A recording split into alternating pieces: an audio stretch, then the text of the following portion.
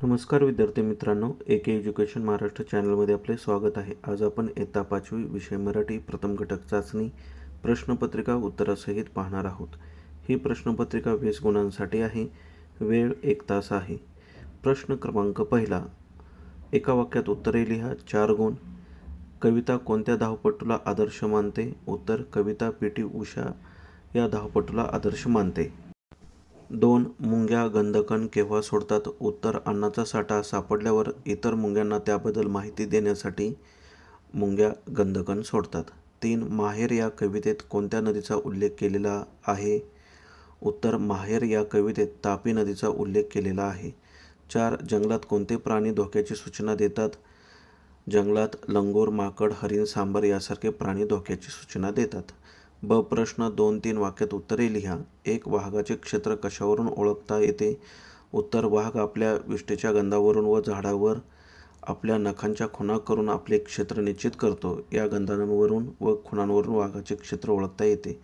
2. कविता विजेंद्र सिंग यांच्या घरी का राहू लागली? उत्तर, कवितेच्या धावण्याच्या कौशल्यामुळे तिची नाशिक जिल्हा क्रीडा प्रबोधिनी मध्ये निवड झाली. तिथे तिची राहण्याची व खाण्याची सोय नसल्यामुळे प्रशिक्षक विजेंद्र सिंग यांनी तिला आपल्या घरी आश्रय दिला व ती त्यांच्या घरी राहू लागली. क. प्रश्न काय ते लिहा.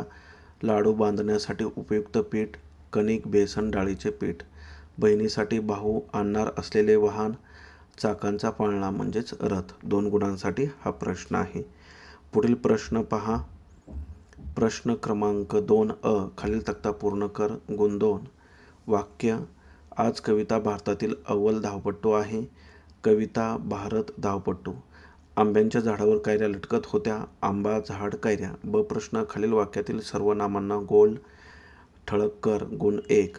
हसीना खूप हुशार आहे. ती रोज शाळेत जाते. उत्तर, ती हे सर्वनाम आहे. क. प्रश्न खालील शब्दांचे समानार्थी शब्द लिहा. 2 गुणांसाठी हा प्रश्न आहे. क्रीडा, खेळ, गंध, वास किंवा सुवास. प्रश्न क्रमांक 3 वाक्प्रचार व त्यांचा अर्थ यांची अचूक नसलेली जोडी ओळखून तिचा पर्याय लिहा. 1 गुण. उत्तर, पर्याय क्रमांक 3 दाह होणे, आग होणे. ब. प्रश्न खालील वर्तुळातील प्रत्यय शब्दास लावून नवीन शब्द तयार कर. 2 गुण. प्रत्ययपणा, कमी, कमीपणा, मोठे, मोठेपणा. पुढचा प्रश्न 2 प्रत्यय दार. दार प्रत्यय लावायचा आहे. टोक, टोकदार, चमक, चमकदार. यानंतर पुढील प्रश्न पहा. तुझे स्वतःचे नाव लिही व त्यातील अक्षरांपासून किमान 2 नवीन नावे तयार कर. 2 गुण. उदाहरणार्थ, रमेश, र वरून रमण, मे वरून मेघनाथ, श वरून शशी. त्याप्रमाणे स्वतःचे नाव लिहा. इतर नमुना दाखल एक उत्तर दिलेलं आहे.